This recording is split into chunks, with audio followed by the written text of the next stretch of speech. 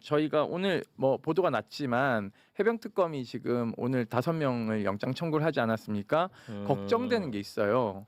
저 영장 전담 재판부가 또 영장 기각할까봐 저는 걱정거리인데요.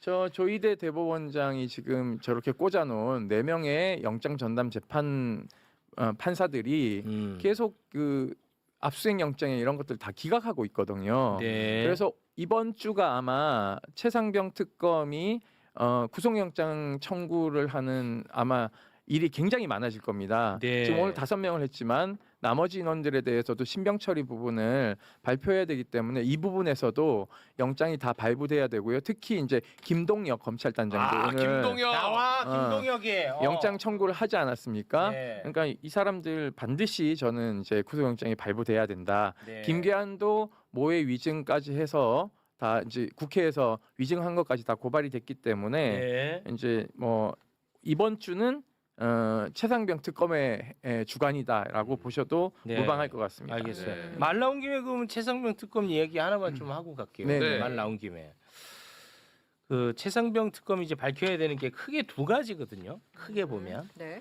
그 임성근의 무리한 지시로 최상병을 사망케 이르게 한 것인가. 요게 이제 큰 하나의 진실의 네. 영역이고요. 또 하나는 윤석열의 지시로 수사가 무마됐는가. 수사모마. 요게 두 가지예요. 네. 근데 오늘은 윤석열의 지시로 수사가 무마되었는가 요 부분에 대한 이야기를 잠깐 좀 해볼까 하는데 최상병 특검은 김건희의 최측근 이종호 네. 블랙펄 인버스트먼트 이종호를 통해 임성근을 수사 대상에서 빼주려고 한 의심을 하고 있습니다. 네. 네. 맞죠? 네. 그런데 임성근이는 김건희의 최측근 이종호를 아예 모른다고 얘기를 해요. 맞아, 아예. 맞아.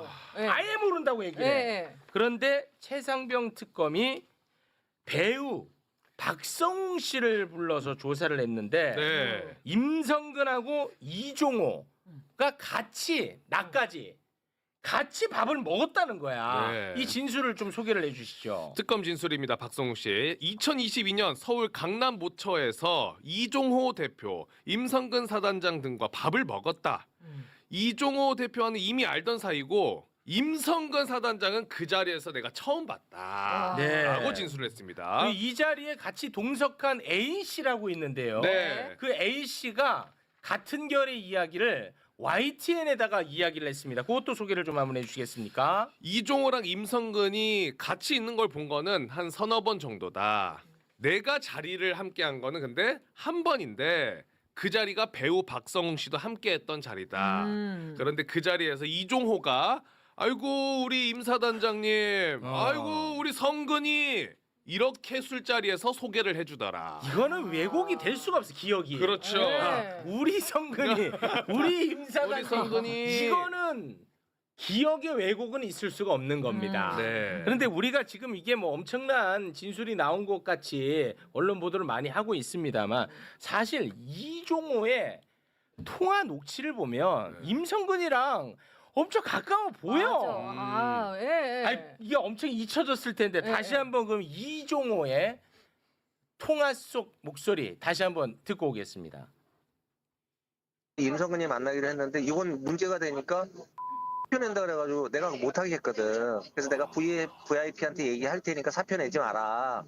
이 모를 수가 없잖아 지금 그래. 나오는 내용 자체가 전부 다. 그러면은 우리 성근이도 좀 연결이 되네요. 다 이게. 되잖아. 네. 그럼에도 불구하고 임성근이는 국회에 나와서 끝까지 모른다고 모른다고 이야기해요. 해요? 끝까지 모른다고 하는 임성근이가 대단한 사람이야 진짜. 임성근이 잠깐 한번 보겠습니다. 임성근 이종호 씨와 식사했다. 배우 박성우 씨가 진술을 했어요. 아니 모르는데 어떻게 식사를 하겠습니까? 이 박성우 배우는 여기에 대해서 답변해 보십시오. 네, 의원님 그 부분은 사실이 아닙니다. 그리고 제가 사실이 아니라고 주장하는 것이 아니고 바로 확인을 하면은 가능한 상황입니다. 확인을 해 주십시오. 야 어떻게 저렇게까지? 제 옆에 있었어요. 그날 참고인으로 나갔는데 와, 대단해. 옆에 있었는데 대단해. 빤한 거짓말도 대단해. 이제 하더라고요. 근데 예전보다는 기가 많이 죽었어요. 그 뒤에 보시면은 김동혁 김동혁이 있더라고. 단장도 최악의 나오잖아요. 투샷이에요. 그러니까 제 앞에 신범철 차관이 있었고 그 옆에 연보영 군검사, 그 옆에 보통검찰부장 김민정, 그 옆에 김동혁 이렇게 앉아 있었는데요. 보니까 보통검찰부장 김민정 중령은 발발발발 떨고 있더라고요. 그리고 연보영 군검사도 주눅이 들어서 떨고 있고요. 그러니까 본인들이 기세등등하게 박정훈 대령 항명이라고 유죄 줘야 된다고 군사법원 법정에서 굉장히 기세 있게 얘기를 하던 그 모습은 아니에요, 온데간데 없고 그래. 연보영 군검사는 사복을 입고 나왔고요.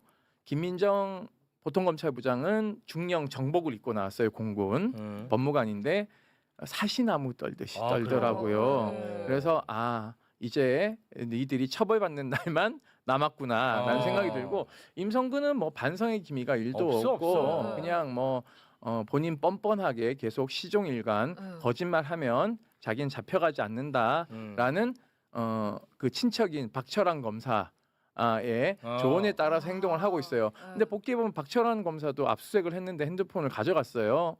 최상명 특검이. 근데 비밀번호 한동훈처럼 막 30개 걸어놓고 이제 문자를 보냈대요 검사한테. 한동훈 24자리입니다. 24자리. 그 고속을 뭐몇 24 자리 차이는 하여튼 24 그래놓고는 문자 보내가지고는요 나 이렇게 했으니까는 풀어보려면 풀어봐라 이러고 조롱을 했다 그러더라고요. 검사한테. 진짜? 네, 와. 박철원 검사가. 와. 근데 박철원 검사에 대한 강제 수사가 핸드폰만 이제 압수수색을 했는데요.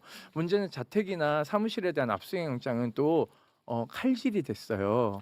그러니까 어떠냐면 지금 영장 이 판사들이 문제가 핸드폰에 대한 압수수색 영장을 내주면서 통신 기록에 대한 그 기록 영장은 또 안 내줍니다. 이게 반대로 된 거예요. 그러니까 뭐냐면 보통 통신 내역을 먼저 보고 이 통신 내역이 문제가 되면은 핸드폰에 대한 압수수색 영장을 내주는 게 수사의 ABCD잖아요. 네. 그런데 반대로 내줍니다. 핸드폰은 내주고 통신 기록 조회는 안 내줍니다. 그러니까 이게 이상하게 지금 판사들이 수사를 방해하고 있는 수준이고요. 무엇보다도 중요한 건 작년에 저희가 박철환 검사에 대한 징계를 요구한 감찰을 요구하는 감찰 요구서를 대검에 접수시켰는데요. 지금 정권이 바뀌어서 검찰총장 직무대리가 노만석이 됐는데 노만석 아무것도 안 하고 있어요. 노만석이 네, 그렇기 때문에 이게 형사처벌이 안 된다 하더라도 검사로서 자기 공무 수행 중인 시간에 사적으로 임성근 청문회에서 실시간으로 문자로 코치해줬잖아요. 그러니까 이거는 윤리적으로 문제가 있죠, 사실상. 그러니까 공무원으로서 품위 유지나 중립을 안 지켰기 때문에 이 문제에 대해서는 징계를 해야 되는데 태검이 아무것도 안 하고 있어요. 예. 현직에 그냥 제대로 가만히 있고 지금 오히려 광주고검에 있다가 부산 지검 어디 뭐 가 있는 것 같아요. 보니까 보직을 받아서. 그러니까 뭐 세상이 바뀌어도 눈 하나 깜짝하지 않는 사람들이 검사들입니다. 예. 그러니까 검사들은 문제 많은 사람들이 너무 많으니까 우리가 다 챙길 수도 없어. 그러니까요. 아니 어허. 검사는 그렇다 치고 지금 얘기하신 것 중에 통신 자료 조회를 거부하고 있다는 건 굉장히 충격적인데요. 그거 사실 잘 나오는 그거는 거 아니에요? 잘 나오는 정도가 아니라 그냥 다 줘요. 그러니까. 너무 줘서 압수수색 영장이 90%라면 그건 99%예요. 비율을 하자면. 그건 아무 다른 것도 아니고 누구랑 통화하는지만 나오기 때문에 그냥 경찰도 신청하면 검사들 웬만하면 다 받아주는 건데 저 수시로 문자 받는데. 그러니까 내가 잘 들여봤다고. 들여다봤다고. 자주 저도 그래요. 봤죠. 네. 진짜 자주 와요 문자가. 아니 그거랑 그 휴대전화 내역을 보는 거는 완전히 차원이 다르죠. 너무 다른 거거든요. 다르죠. 네. 근데 야 머리 좋다 근데 네. 거꾸로 가는 거야 거꾸로. 네. 이 수혜든 압수수색이든 영장을 어차피 내줘봐야 못 푸니까 못 볼 거고 그렇잖아요. 주변으로 확대를 못하게끔 통신 기록을 모르게 해주는 통신 내역은 조회를 허락 안 해주는 거예요. 그러니까 예를 들면 심우정 검찰총장한테 압수수색 영장 어떻게 내주냐면요. 신체하고 핸드폰만 내주고 집하고 차량에 대해서는 안 내줍니다. 그래서 수사관들이 심우정 집 밖에 기다리고 있다가 심우정 나올 때까지 기다리고 있다가 핸드폰 압수수색하는 거예요. 그러니까 이게 지금 야. 법원이 거의 수사를 방해하고 있고 예를 들면 그러니까 그 압수수색 영장을 10개를 신청하면요. 한 5개 이상 칼질을 하고 줍니다. 그러니까 법원이 지금 3특검에 대한 압수영장 발부 비율을 나중에 한번 수사 끝나고 나면 통계를 내야 돼. 통계를 내봐야 되는데요. 아마 이제 김건희 특검이 아마 압수수색영장 발부율은 가장 높긴 할 텐데 내란 특검이나 최상병 특검에 대한 압수수색영장 발부율은 굉장히 좀 비율적으로 봤을 때 칼질 당하거나 네. 심지어 통으로 압수수색영장이 기각된 사례들도 아. 나올 거라고 저는 예상하고 있습니다. 네. 이게 어떤 거냐면 최근에 지기현 아휴. 그러니까 대법에서 우리는 강제 수사권이 없으니까 윤리감사가 이것밖에 못해 대신 공수처 수사 결과를 기다릴게라고 했는데 대법에서 알고 보니까 대법에서 영장을 안 내주고 있어요 지기현에 대해서 네. 똑같은 거예요. 영장도 안 내주고 어. 그 감찰 보고서도 안 주고 네. 그렇다는 거야. 그러면서 우리는 공수처 결과 기다려야 되는 거야. 우리는 우리끼리는 할 수 있는 게 없어. 야 이게 진짜 심각해. 지금 여기저기 다 막혀 있어. 기소권 가지고 장난치는 거하고 똑같이 네. 영장 발부권 가지고 장난치는 거. 아니 지금 온 사방 다 막혀 있다고 지금. 그리고 아. 뭐 하나만 조금 더 그만하세요, 이제. 말씀드리면 내란 방조 부역한 법무관들 있잖아요. 뭐라고요? 내란을 방조하고 부역한 군 법무관들. 군 법무관.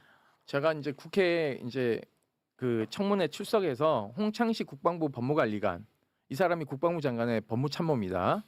그리고 김상환 육군본부 법무실장 이 사람이 육군 내에서의 병과장이에요. 법무관들의 이 사람들이 계엄 당일날 무슨 일을 했고 이 사람들이 왜 여태 이 자리를 지키고 있는지에 대해 문제 제기를 했습니다. 아니 그 내란에 가담한 혐의가 있는 사람이 지금 현재 국방부 장관의 보좌를 하고 있어요? 네, 왜냐하면 계약직이니까 계약 기간이 남았어요.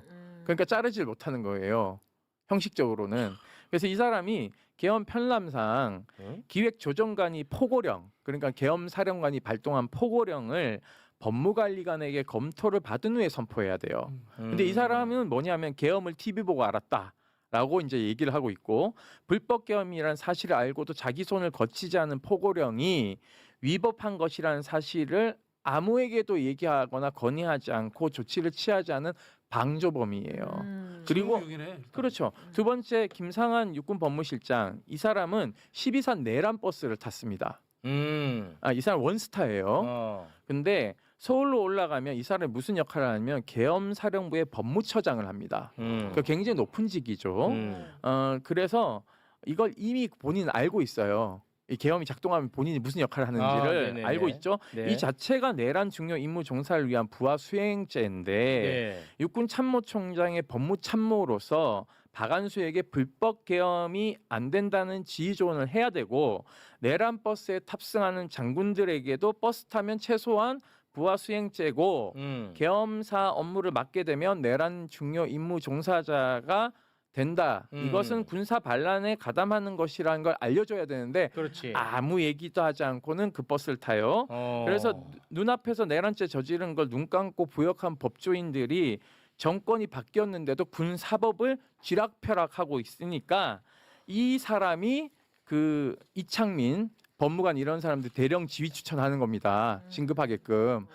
그러니까 이게 문제인 거예요. 그래서 제가 껌딱지처럼 붙어서 지금 현재 육군참모총장하고 법무부 장관에게 법무조언을 하고 있고 그리고 또 하나 윤비나, 윤비나 방첩사 법무실장요.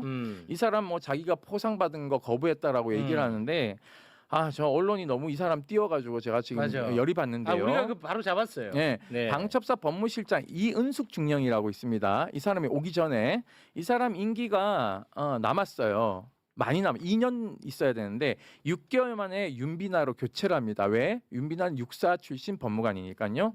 계엄 직전에 계엄 선포 염두에 둔 불법적인 사실상 보직 교체이고 편제직이 중령에서 대령으로 바꿨고 원래 중령 자리인데 이은숙 중령을 내쫓는 것 자체가 직권남용 권리행사 방해죄가 성립이 됩니다.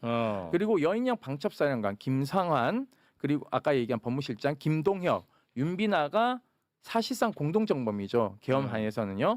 계엄 당시에 중앙선거관리위원회 서버 압수를 본인이 반대했다고 얘기를 하는데요. 이 주장이 맞는지 안 맞는지를 확인해야 됩니다. 왜냐하면 제가 받은 제보에 따르면 윤비나가 아니라 다른 군 법무관 부하들이 압수수색에 반대를 했기 때문이에요. 그러니까 이걸 정확하게 물어야 돼요. 이거 네가 진짜 반대인 거냐 아니냐를 질문해야죠. 국감 때 그래야지 위증에 대한 부분을 판단할 수 그렇죠. 있으니까요. 중선이 서버 압수 때 영장 가져가지 않으면 증거 능력이 없다는 주장에 대해서도 윤비나가 불법 계엄을 도우려고 한 말로 해석될 수가 있습니다. 사실상 정성우가 물어볼 때까지 아무것도 하지 않고 있다가 기다리다가 물어보니까 대답한 꼴이거든요. 그렇기 때문에 이것도 사실상 윤비나 대령이 12월 3일부터 4일 요 이틀간의 행적을 시간 순으로 진술하라고 해야지만이 저는 이것도 진상이 규명될 거라고 보고 있습니다. 네, 알겠습니다. 말 나온 김에 이게 사실 그 내란에 가담한 그 여부를 알기가 좀 애매한 부분이 있다. 회색 지대가 있다. 그렇기 때문에 좀 시간이 걸린다. 하지만 가담한 사실이 나오는 순간 바로 쳐낸다. 이런 얘기가 이제 정부에서 나왔단 말이에요. 네네네. 저는 굉장히 일리 있는 얘기라고 봤습니다. 네. 자, 그런데 윤비나는 그런 사람 중에 한 사람이거든요. 네네. 회색 지대 뭐 100번 양보해서 근데 왜 이 사람한테 포상을 주려고 했습니까? 그게 이제 기무가 이제 방첩이 공작하는 겁니다. 왜냐하면 지금 방첩사를 해체하냐 말아야 되냐의 기로에 서 있기 때문에 방첩사는 본인들이 해체 안 당하게 하기 위해서 공작을 하다가 지금 들통나지 않았습니까? 지난번에. 그래서 장군 3명이 그러니까 보직이 변경됐어요. 직무배제됐는데 뭐냐하면 방첩사는 아직도 존재해야 된다. 왜냐? 군대 내 간첩을 잡아야 된다라는 미명하에 네. 계속적으로 자기네들이 살아남기 위한 공작을 하고 있고 그러한 법적인 논리를 충실하게 대변해 줄 사람이 윤비나인데 윤비나를 영웅을 만들어야지 방첩사가 살아남을 수 있기 때문에 지금 윤비나를 앞세워서 공작을 하는데 윤비나 자체도 쫄리는 거죠. 왜냐하면 포상 받았다가 나중에 조사해서 아닌 게 들통나면 공적도 박탈되는 것뿐만 아니라 본인이 기소될 수도 있기 때문에 본인이 굉장히 겸양한 것처럼 얘기하면서 맞습니다. 거부하고 있는 겸손한 것이죠. 것처럼 이번에 포상 거부했거든요. 네. 네, 알겠습니다.